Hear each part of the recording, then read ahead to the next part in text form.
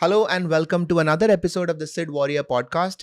Today we are back with Mr. Mitesh Khatri, the national best-selling author of Law of Attraction. He uses NLP in his courses and I have been very curious to learn what is NLP. So that's why I have him back on. Before I jump into the conversation, I want to tell you that there's a link in the description below. Use that to join one lesson of NLP for free, and you also get to access 30 days of his magic course on NLP all for free. That being said, let's jump into the conversation with Mitesh. Hi Mitesh, thank you for coming back to the Warrior podcast. Thank you, Sid, and I'm so happy to coming back here with one of my absolute favorite topics. And I'm also a little, I think, nervous to talk about it to someone who's a neurologist since we are talking about NLP today. But I hope I'll be able to do justice to the topic. I'm sure you will. So Thank NLP is a topic that has been kind of making me very curious since almost a year now. So I've spent some time reading about it because it is partly neuroscience, but it is also a key component in behavior change. Correct. And behavior change has been traditionally considered to be one of the hardest things to do. True. So let's dive in. Tell me, what is NLP? Okay. So to give you the full form, Neurolinguistic Programming, where the word neuro relates to neurons in the brain. And the linguistic is understanding the language of the programming of those neurons, where NLP says that everything we do in our life is a habit. In NLP terms, the word habit is denoted as program. So it's like how a software runs on a program all the time, our brain runs on a program all the time.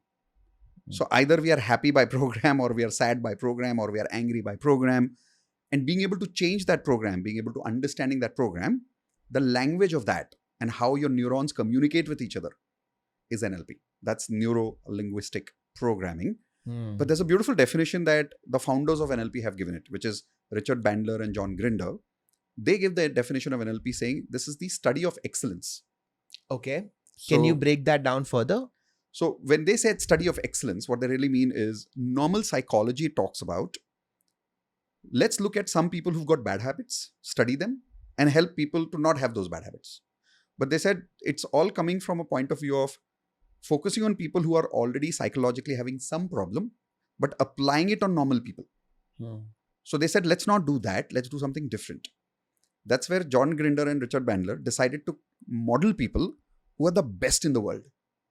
And that is why they say, let's work on study of excellence rather than study of sickness.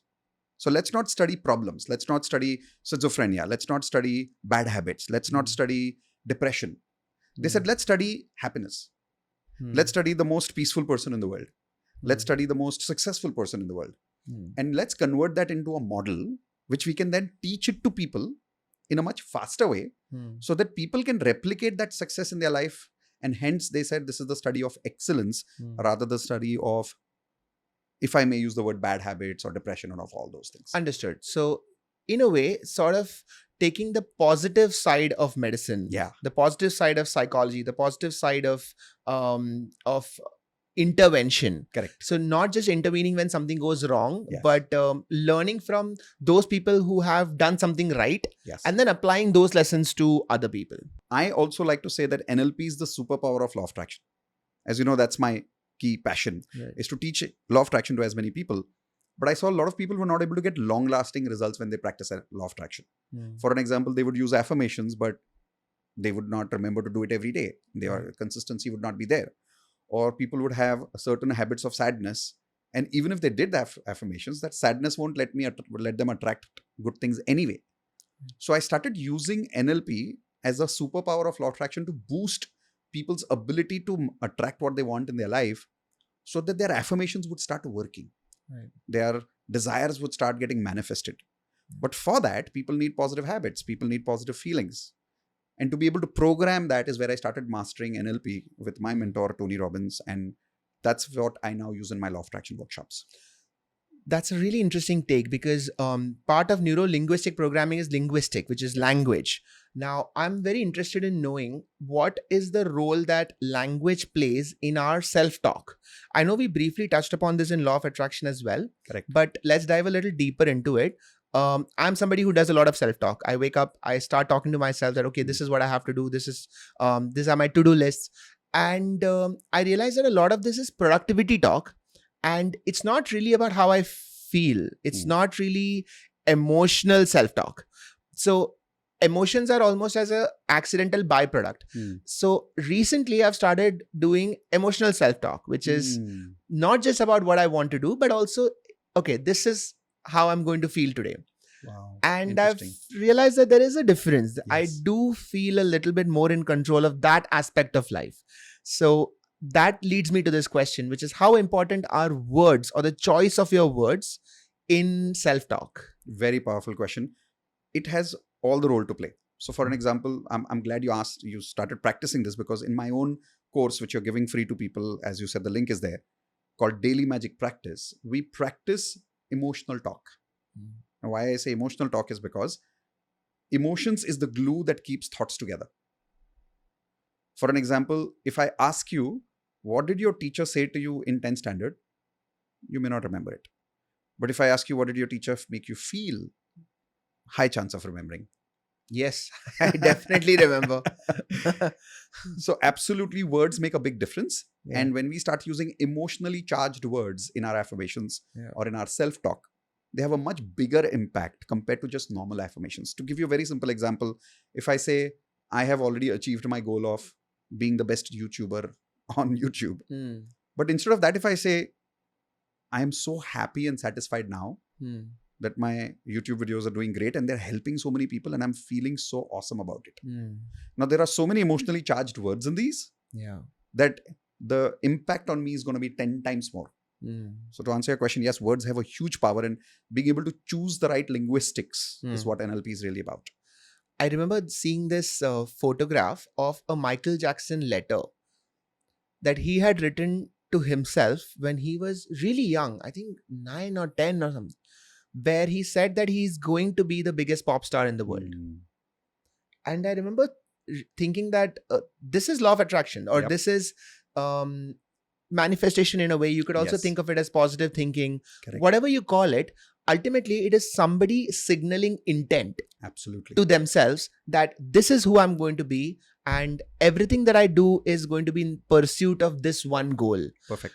And I realized that it takes a lot of bravery in order to do this. True.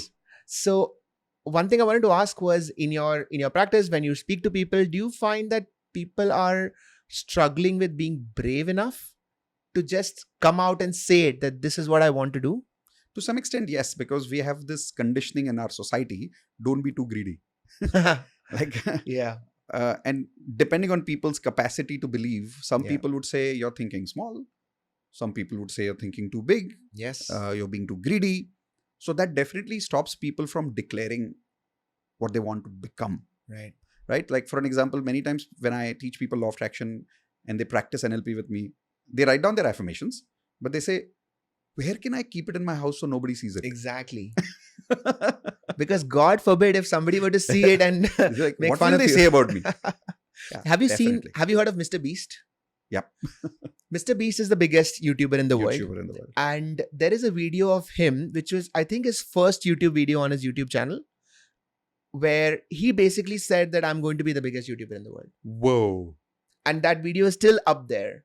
I'm going to go and watch it today. It is crazy. Yeah, it's crazy. He said that I'm going to do whatever it takes to be the biggest YouTuber in the world. My God. Now, if somebody has the balls to just come up and say something like that in front of the whole world and actually go out and do it, I have to say that was very inspiring, because I realized that we on the outside looking in, we have never declared anything like that. I've never declared anything to anybody that I'm going to be best at something, because you set goals, you achieve that, but this feels different. This feels like an announcement, and we don't do that enough. Yeah, we don't do that enough. In fact, have you heard about this company called Mind Valley? Yes. So they have this philosophy of creating goals which are going to be 70% failable.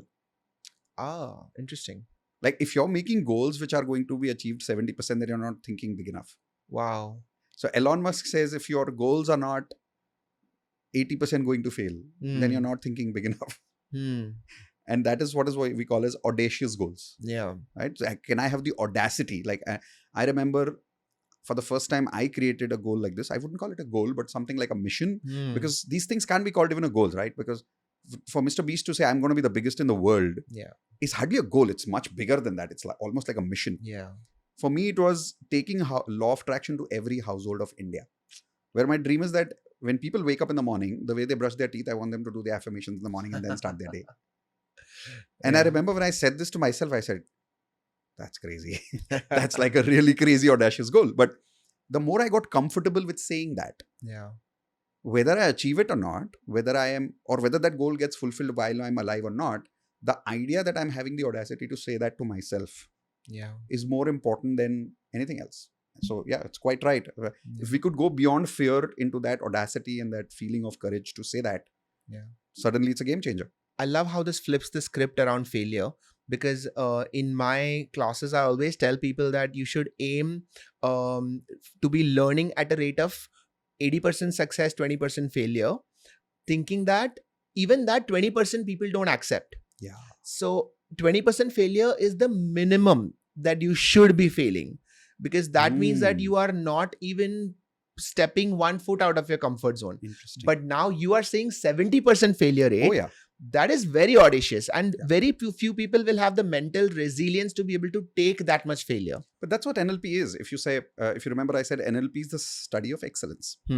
So when Richard Bandler and John Grinder, they started studying people, they also studied organizations. Right. And they found this commonality that these were people who were willing to make goals which are 70 to 80% failable. Example is Google. We all know Google is one of the biggest companies in this world, being YouTube as the platform now. Yes. Now, if you see their 5 biggest products or 5 biggest successes are Google Search, YouTube, we've got Gmail, we've got Google Drive. Yeah. And I think there's one more which I'm forgetting. But the point is, these being Their their Android phones. Android phones. Yeah. Android phones. Yeah. Now, these being their primary sources of income. Correct. Right? Everybody sees Google as the biggest company in the world with these 5 products.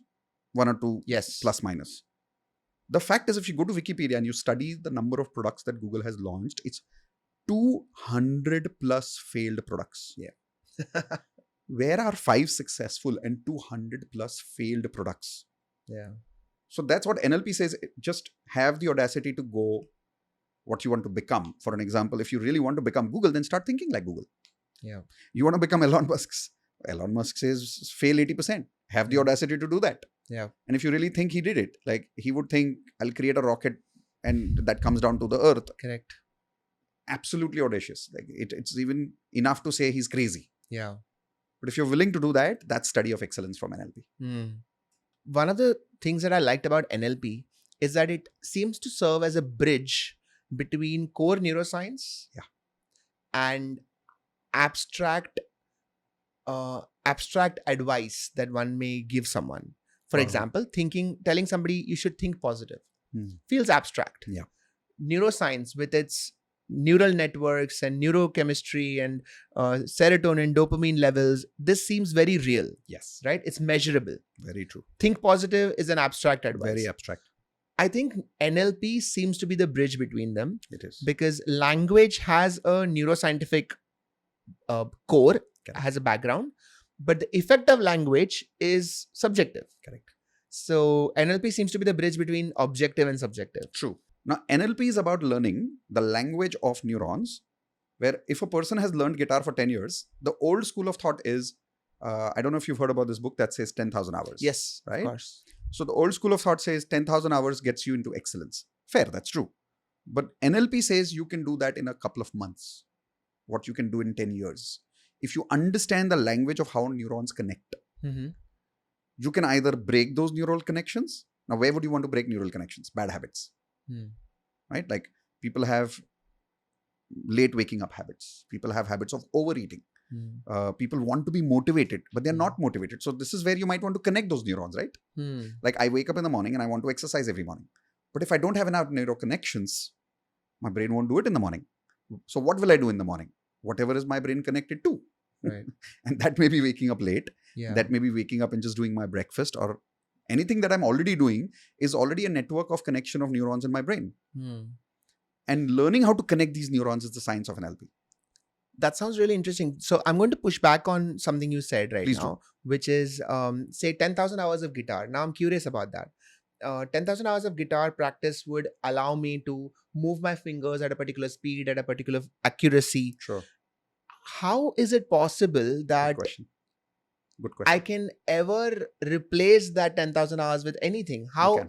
can there be a shortcut to that? So it's not 100% replace, Mhm. but it's definitely faster than that. Okay. So I may not become Axel. You remember that one of those guitarists, one of the best ones? Yes, in Guns N' Roses. Guns N' Roses. Yes, So of I may not course. be Axel in 3 months, Yeah. but I'll play better than most people. One correlation that I make is how a good doctor is not just good because they have read a lot. Hmm. A good doctor is usually good because they have worked I love that. with another doctor whose mannerisms, whose Yes. patient handling the patient Yes. technique is very good, Yes. and they have subconsciously picked up on those details. Yes. And these are things that you can't learn in a textbook. Yes. But just the way that how that senior doctor would smile at the patient, will just tap the patient's shoulder, all of those things, those subconscious cues, True. when they pick those things up, the junior doctor also becomes good. It doesn't matter how long they spend in the library. It doesn't matter how good their knowledge is. So imagine what if this Yeah. could become a study? yes, That's NLP. It gives you the model of what to now see in that senior doctor and replicate it. let's go a little deeper into body language. Sure. I have read some things about it and I find it very fascinating because our body reacts to threats in ways that we might not even consciously process. True. But I have seen people, when they're comfortable with me, they lean forward, they are smiling. But when I say something slightly mean, I see them leaning back. I That's see right. their arms coming in front. I see them crossing their arms. And I read about it. I read why does this happen? And it seems that it's almost like a defensive stance. You want your hands in front of your body to Hmm. protect you. Sure. And when their arms or when their hands come to their face, when they rub their face, these are all subconscious Signs, cues yeah. that they are. And once I started noticing them, I couldn't unsee it. Yep. Are you saying that not only can you judge someone's emotions, they can reverse engineer their emotions using their body? Absolutely. Tell me more. How do you do that? Okay. So for an example, there's a beautiful concept in NLP that made NLP famous. Two of them actually. One is called as anchor. Okay. So it's called as emotional anchors, Hmm. where we says all emotions are memory programs, or at least the consistent emotions are memory programs. See, if I feel bad right now and if I forget about it in the next moment, is it a big deal? No. Not really. The problem is when you feel bad and you can't forget it. Yeah. Like, let's say I say something to you and you feel bad about it and you forgot it next minute. That's not a problem. The problem is if you can't take that out of your head. You're eating food and you're thinking what I said, Right. right? Like you're sleeping in the night and you wake up out of fear saying, why did he say that about me? Which happens. Right? Yeah. That is an emotional program, which Hmm. means it's running without even your permission. Hmm. The person who said what said was only once. But the program is now running here. Hmm. So what is more important to change? The other person or the program here? The program. Yep. So emotional anchors is understanding that human emotions, consistent human emotions, positive and negative, are called as positive anchors and negative anchors. Okay. These can be reprogrammed, but first we have to understand that the program exists. Hmm. Example, what I was saying to you earlier before we started the session is, when people come to me sometimes for marital coaching, I say, nobody has a bad marriage. It is just a marriage with too many negative anchors. Which means you're constantly reminding each other of consistent negative emotions. Right. Now, how are they developed? Let's take a very simple example. Husband and wife talking to each other, fighting. Common stuff. Conflict to honge. Yeah. Two people are staying together. Kuch to conflict ho gayi. But now what happens is, there are three kinds of anchors now, in positive and negative also. Visual anchors, auditory anchors, and kinesthetic anchors. Okay. Visual, auditory, kinesthetic. So visual is what we see. Yeah. Auditory is what we hear. Kinesthetic is what we feel. If a person touches you in a certain way, it can get programmed forever. And it can have a long-lasting impact on you. Hmm. Like for an example, while they are fighting, if the man touches the woman inappropriately Hmm. and maybe hits her a bit, or it can be a kinesthetic anchor that she can be haunted by for many years. Yeah. And now every new relationship she gets into, she's trying to avoid that emotion. But what if the new guy has nothing to do with that? Hmm. Now this poor girl is being programmed with that emotion and it's running her life. So So those anchors can be physical. Yeah, exactly. They can be physical, they can be visual. Another visual example can be, I'm fighting with you, I'm seeing your face. I'm fighting with you, I'm seeing your face. I'm fighting with you, seeing.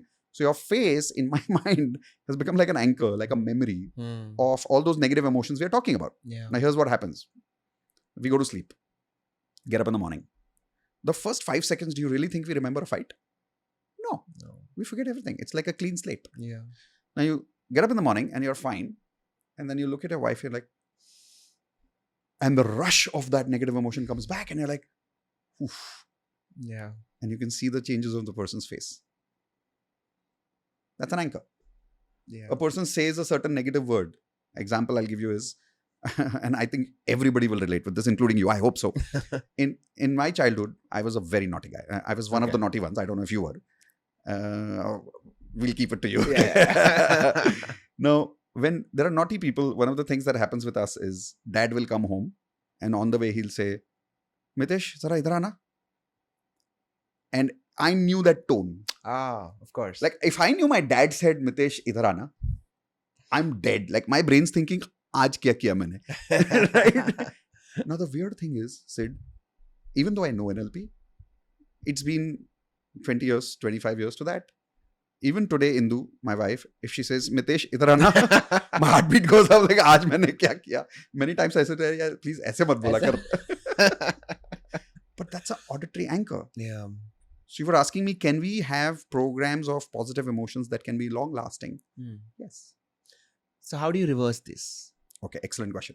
By learning how to re-anchor yourself to something positive, but there are 2 steps to it. One is to scramble the anchor. Second is to create a new anchor. Okay. Okay, so here's an example of that. I would ask any person, I don't know if they're watching, if you're watching on this video right now, think of, and you can do this with me. Okay. Let's do it like a beautiful challenge, not like a hardcore challenge, Sure. like a beautiful challenge. Yeah. Think of a person that genuinely reminds you of a negative feeling. Okay. And all of you do that with me. A negative feeling. Where by habit you remember this person and you're like, he gives you some negative feeling, or she. And you can't help feeling anger or whatever you feel towards that person. Yeah. Right? Now, when I do this in a group and I ask, generally women, mother-in-law comes up. Okay.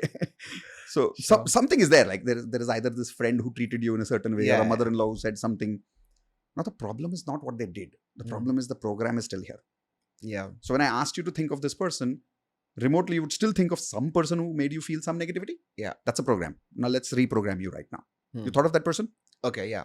Sure? Yeah. Okay. Tell me what negative emotion comes to you when you think of that person. Frustration. Frustration. Fair. You've been feeling frustration for this person, or when you think of this person, for how long? Around a month, couple of months. Okay. If you keep meeting this person and you keep feeling frustration as per the program, which is what you are feeling right now, would it hamper your relationship with this person? Absolutely, yes. Would you be productive with this person? No. Would you be able to influence this person? So would it be useful to reprogram yourself? Absolutely. Okay. So here's how we do it. Close your eyes. Actually, don't close your eyes. Okay. Okay, chalo, because I usually would do this on screen by showing you something first. Okay. But let me make you visualize it first. Okay. So close your eyes. And if anybody's watching this right now, you close your eyes. And I want you to imagine the time when you probably saw a circus. Okay. And in that circus, you must have seen a joker. Yes. Imagine the face of the joker very vividly with the red nose. And if you remember, the lips were also red. Yes. And the hair were colorful. Yes. And the eyes had some makeup. Yes. And it had a significant smile on the lips. Even though the joker was not smiling, it would look like it's smiling. Yes. And it would always wear which color clothes? Remind me. Bright red, white, some blue. Red, yellow, blue, striped pants. Yes. Right? Yes. Okay. You remember the joker now? Yes. Great. I now want you to remember the person who frustrates you. Okay. And I want you to imagine this person in joker clothes. Okay. And imagine his nose is like a red nose. Imagine there's this beautiful lipstick red smile on his face, even though he's not smiling. Yeah. And imagine on his body is this colorful clothes. Yeah. And now make him say in your head what he says to make you frustrated. Yeah, but now it sounds funny. But continue making him say the same thing as if in the sound of Donald Duck. Like quack, quack, quack, quack, quack, quack, quack, quack, quack, quack, quack, quack. Yeah, okay. And literally do it in your head. Like make him say the same stuff in Donald Duck language. And if you remember in circus, in the end, the Joker would always do the act of dropping his pants. Yeah. So I want you to imagine this guy just dropped his pants, but he has no idea that he did that. But you can see it. Okay. And now open your eyes and tell me what you had for dinner last night. Last night, parathas. Okay. The reason I did this, in NLP, this is called as a pattern interruption. Okay. We do this either for the purpose of taking a person away from an emotion, Mm-hmm. or to pattern interrupt in a game like this or a technique like this to test whether what I did worked or not. Okay. So to test it now, Mm-hmm. think of this person and see if you get frustrated. Less so. It's more funny now. Yeah. Hmm. And how useful could that be when you meet the person next time? Very useful. I would probably talk to them about this exercise. Oh, that's wonderful. So And this that way we should can be- actually reprogram. Yeah. So this is one example, but of Hmm. course there's a much deeper learning into it about how NLP anchors work, Right. in how many scenarios they are existing. Yeah. Believe it or not, in a day, we go through at least 50 to 60 multiple anchors. Hmm. Our entire day is full of anchors, Yeah. which program you to remember either positive or negative emotions. Yeah. I can understand why. Because sometimes anchors can be comforting. Yeah, They give Yeah. you a sense of, of course. now I know where I am. Yeah. Since you said that, I'll give you a very simple example of an anchor. Right. Wherever you live here, we don't want to give them the address right now, so I'll not take the name of the society. But wherever you live here, there's a landmark near. Yes. We all live at a certain place where there's a landmark. Yes. Let's say you're coming home and that landmark disappears. What will happen? I might feel lost. For a few seconds, you'll be Yeah. lost because suddenly that comfort of where I am is Yeah. gone. Yeah. So an anchor is, if I had to give you the exact definition, when one thing reminds you of another thing, automatically it's called an anchor. Correct. So there's a reaction. Sorry, there is a stimulus Hmm. and there's a reaction. Hmm. The stimulus is not in our hands. Hmm. The reaction is programmed to that stimulus. Yes. So the stimulus could be that landmark and the reaction is, oh, my house is here. The stimulus could be, my wife said that, and the reaction is, how sweet. Yeah. Now, you could have positive anchors and negative anchors. Hmm. Comedians know this best. Interesting. How? Comedians are masters of anchors. They'll say 3 brilliant jokes and make you laugh. And while you're laughing, they're doing a particular trigger, a particular stimulus without you knowing it. The 4th time, they'll say a very ordinary joke and you'll laugh because they're doing the same stimulus. An example of that is, if you know one of those comedians who you take his hands like this and do this. Hmm. I don't know if you know whom I'm talking about, one of the comedy challenges. Every time he would do this, people would already start laughing. Yeah. So his joke has already got elevated to the next level. So it's become a visual trigger. Yes. That's so interesting. That is so interesting. So for an it's- example, think of Kapil Sharma, Yeah. where he would have this very clear anchor. Let's say you are on a show and you say, Sid, you're a neurologist. How many years did you study for neurology? And you'll give I some would answer. say some right? answer, yes. He said, कभी सोचा था कि इतने सालों के पढ़ाई के बाद आप कपिल शर्मा के शो पे आओगे? You see, it made you laugh. Because I can imagine it. You can imagine it. And that's become a program. Yeah. Now he reuses that program every single time and gets the same reaction every single time. Right. So positive anchors and negative anchors. It gets amazing when we learn how to dissolve the negative anchors and how to recreate positive anchors. So to answer one of the initial questions about how do I and why do I use this with law of attraction? A lot of times when people practice law of attraction, they're doing affirmations, right? But what if they're filled with negative anchors on the day? They won't be able to move forward. They won't be able to do their affirmations only. Yeah. In the first place, their brain says you're fake. And their brain says like, it's not true. Is that imposter syndrome? Or is Could that be. different? Okay. Could be. Because it can be a negative anchor again to feel that imposter syndrome. That, am I really this or am I forcing this on myself? That also could be an anchor. And that doesn't let them now take action.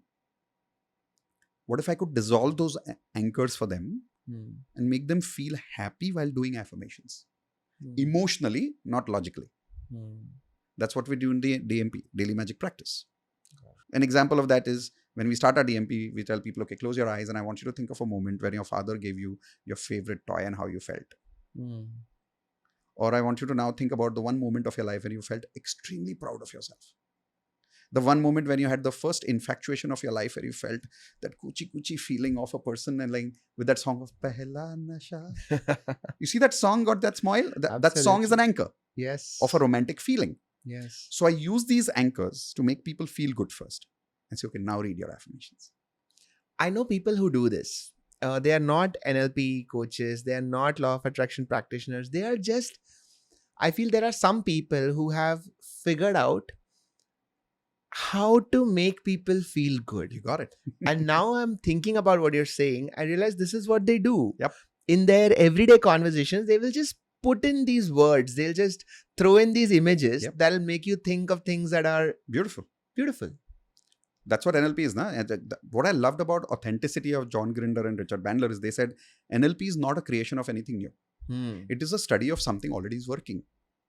So if you already study excellent people who can make people feel happy, model their language. Because at some level, both sadness and happiness are reactions of our brain to how you perceive reality. True.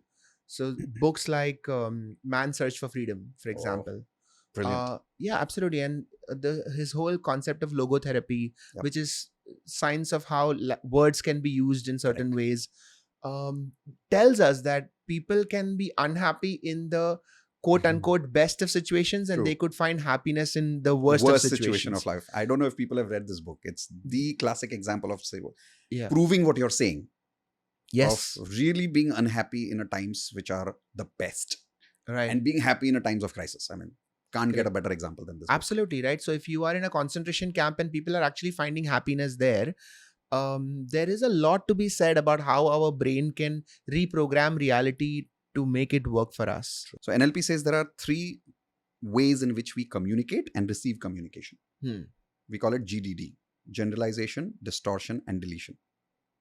Okay. So which means, what is a generalization? A generalization is everything seems the same. So you'll see people who generalize a lot, they'll say, you never listen to me. GDD is how you perceive Information. Experiences of life. How do you interpret experiences of life? Understood. Okay. So GDD, generalization, Distortion, and deletion. deletion. A generalization is, and people have preferences in this.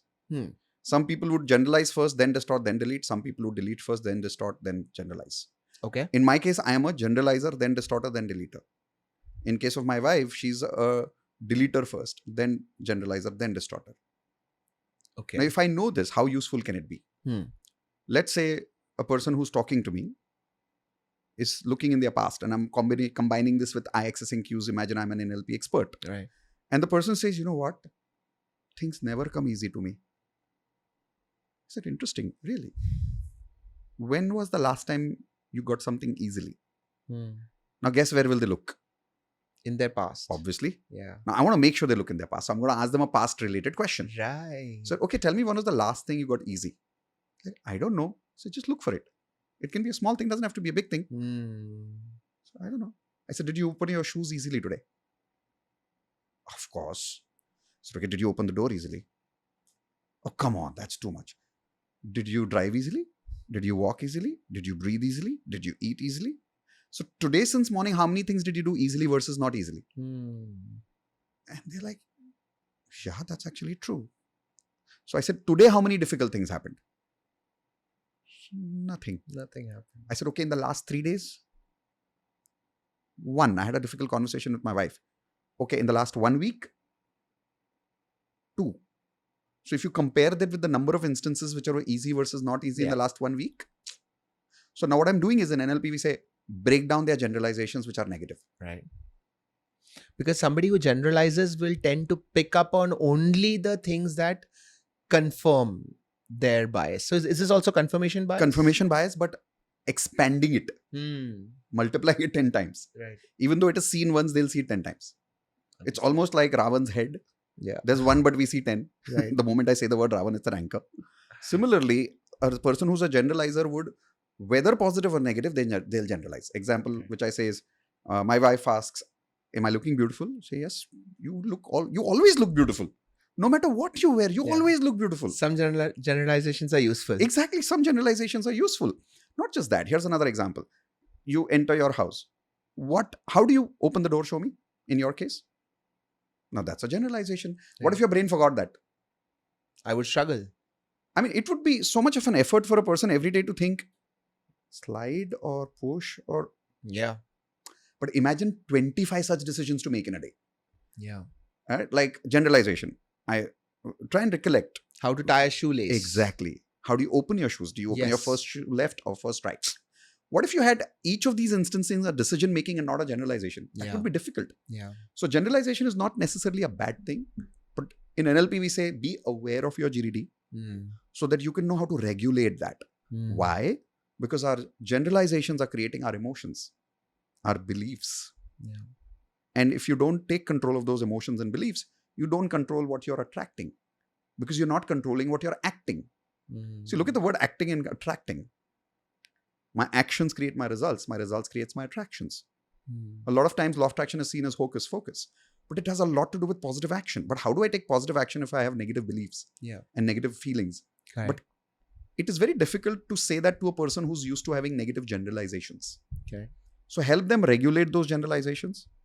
If they do, suddenly now they know, okay, here I can generalize, here I don't need to generalize.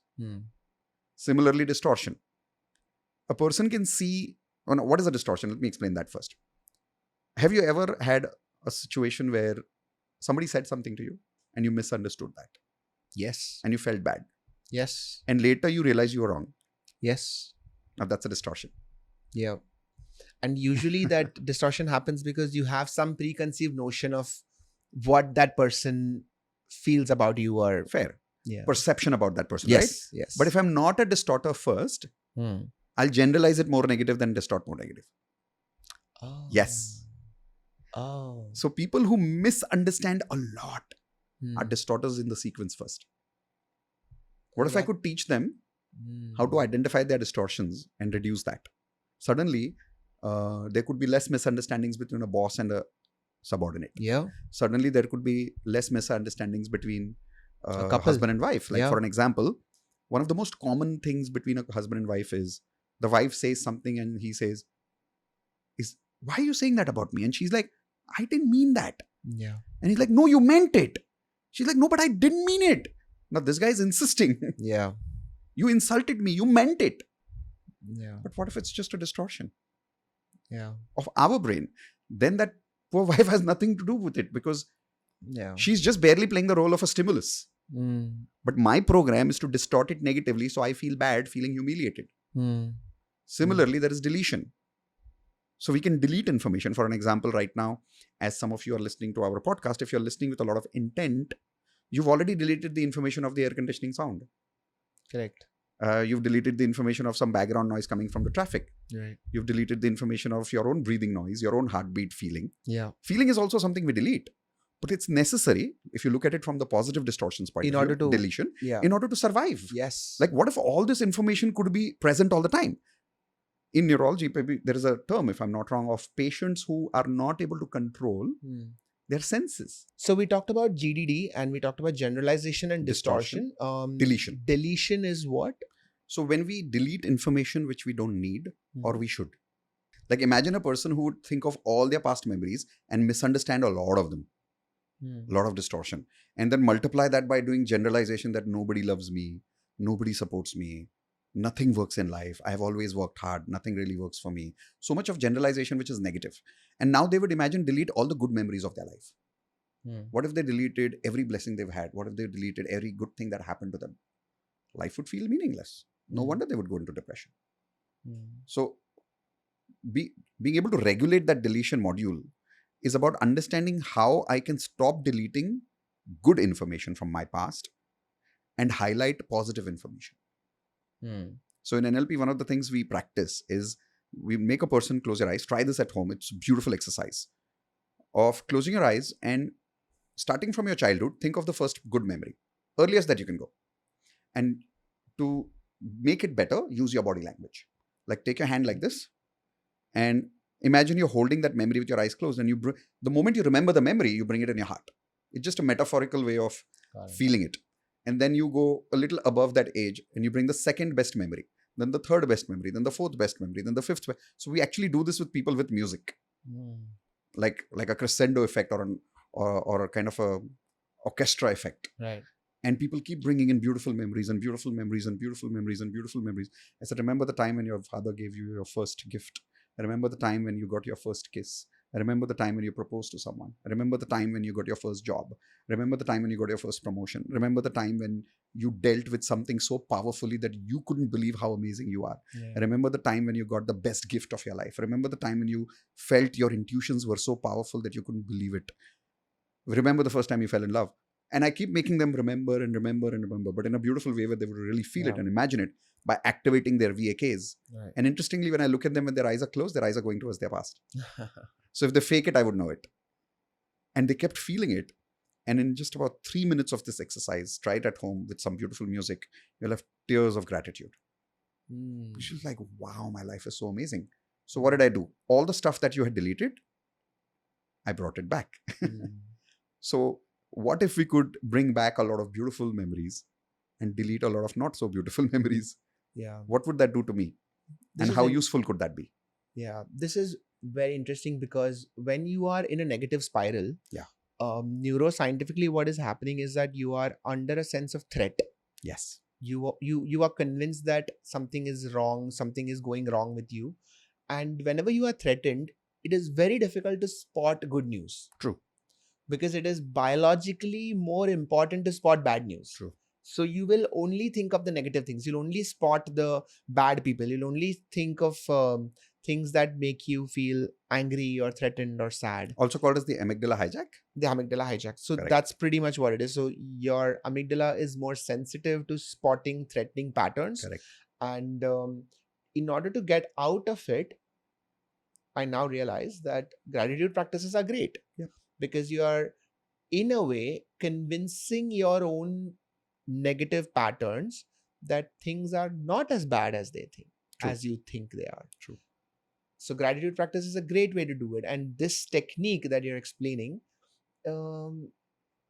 is a very in-your-face gratitude practice. It's not just write it down somewhere. No. You are visualizing it. You're going back to that moment. You're even physically, metaphorically bringing it back in bringing your it heart. back to you. Yes. I think I think that would work. That's a really good technique. Thank you. I want to talk about the opposite side of gratitude practice, which is, say somebody is really afraid. I know people who suffer from anxiety, some people who suffer from phobias. Yep. So they're just afraid of a specific thing. At some level, it's a pattern that they've formed in their brains that snakes are scary, spiders are scary, being alone at home is scary, being in a crowded lift is scary. What can NLP do to help these people reorient these thought processes? What we do with phobia cure is the way that memory is installed in a person's brain is a certain set of visuals, auditory and kinesthetic, right? Like as you gave an example of a snake. People are not really scared of the bite of the snake. Guess how harsh can be the sting of a snake?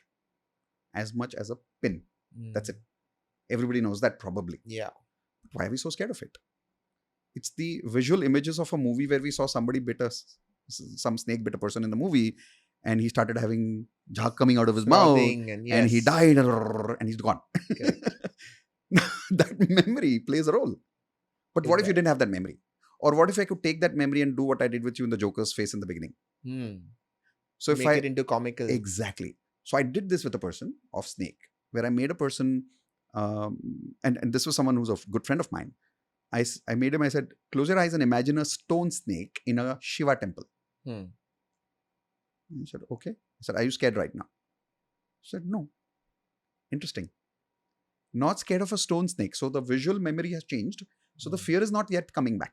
So I said, okay, now I made a story out of it. I said, so just close your eyes, imagine that stone snake and imagine that the eyes of the snake are having water and it's literally crying. And now imagine you're going close to the snake and you're curious about why is a stone crying? Right. That's crazy. And you're asking, why is the stone crying? And the Pandit behind you is saying, so I just made up a story on the spot. Yeah. And he's visualizing all this. And I said, imagine the stone is crying because the Pandit is telling you that the stone is saying that I'm crying because you're scared of me. Because you think I'm black. Because you think I'm ugly. But what have I done to hurt you? And I have decided to be a stone all my life so that I never hurt you. Or at least I don't make you feel like I'm going to hurt you. And I said, Now, as your eyes are closed and you're imagining this conversation, tell me, what would you like to say to the snake? Now, what do you think was a natural reaction for somebody who really got emotional about this conversation if I did it well? They will say things like what? That, oh, I didn't want to hurt you. I didn't want to make you I cry. elicited an emotion of guilt, Right. not fear. Right. Wow. Imagine apologizing to a snake that Say, I'm really sorry, baby. I didn't mean to. And now I take it to the next level. I said, imagine the snake is saying, no, I know if I come to life, you'll hate me for the rest of my life. And you'll probably even try to kill me. And you'll probably try to cage me and give it to a zoo. Instead of that, I'd rather be a stone.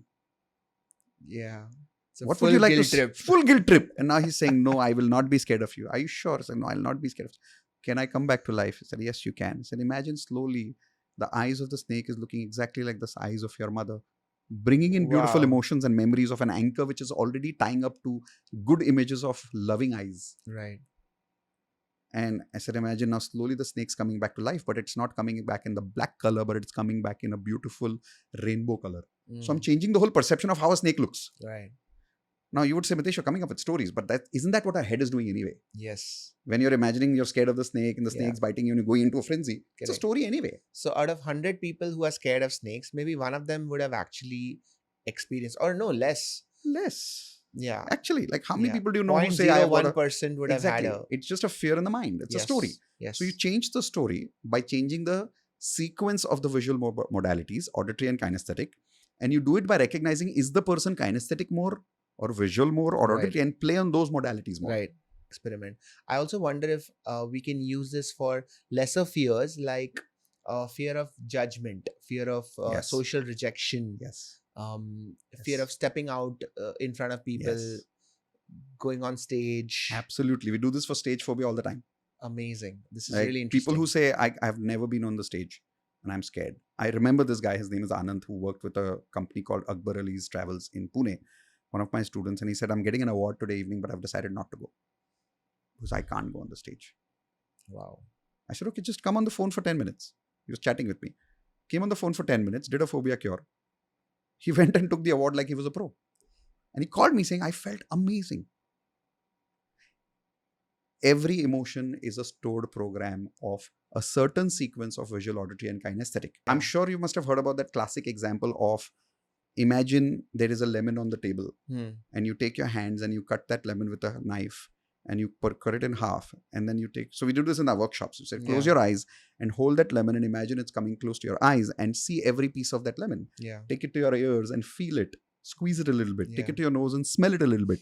And now put it between your teeth and chew it when I tell you. Yeah. 1, 2, 3. And 90% of the audience goes like, I felt sour. Yeah. So, but where is the lemon? Yeah. Lemon's not there. Yeah. The lemon's in the VAK, the visual, Mm. auditory, and kinesthetic. Mm. So what if I change the VAK? Mm. So you can bring back memories from your mind, and memories are coded in the VAK language. Yes. And using that, you can make somebody feel an emotion that you want. This Yes. almost sounds like hypnosis. To some extent. But the difference is by choice. You can do this to yourself. You can do this to yourself. You can do this to others with a choice, with a conversation. I'm very keen on trying this out in conversations. I think everyone should. Yeah. The next time they're sitting with friends, just see if you can shift the mood in the room just by changing the words that you're using or conversational points. Yeah. Just start putting in more beautiful, happy, positive words. Like if you find a person who's more visual, use the Yeah. words like, what a sunny morning. What a bright morning. Like you're looking so bright and glowy today. Like there's a glow on your face. Use these words with a visual person, they'll go like... Yeah. And if somebody's auditory, you can say, oh, I can hear the birds chirping, Yeah, the sound of the rain outside. Perfect. And interesting. There are people right now going into a trance of a holiday as you're saying this. Yeah, this is very interesting. But what if a person was kinesthetic? Kinesthetic. So the feel of the wind, the crunch of, or you can feel the crunch of grass under you. Okay. I get the hang of it. You can keep practicing and get better at this. it. Yeah. This is very, very And being able to interesting. master this for 2 reasons. One is to how do you communicate with yourself effectively? We 99% are communicating with ourselves, not with others. Correct. People don't realize that. Right. So what if you could productively, effectively communicate with yourself in such a way that you could motivate yourself to do what you want and demotivate yourself to not do what you don't want to do? Right. Think of it. Demotivation has been really criticized, but I think it's a great emotion. Yeah. I want to demotivate myself to stop doing the wrong stuff. Correct. But maybe I don't know how to demotivate myself as an emotion. Yeah. But So what if I knew it? there's a bag of chips in the kitchen. There you go. I want to demotivate myself from eating it. Yep. I can do it to you right now. How can I do that?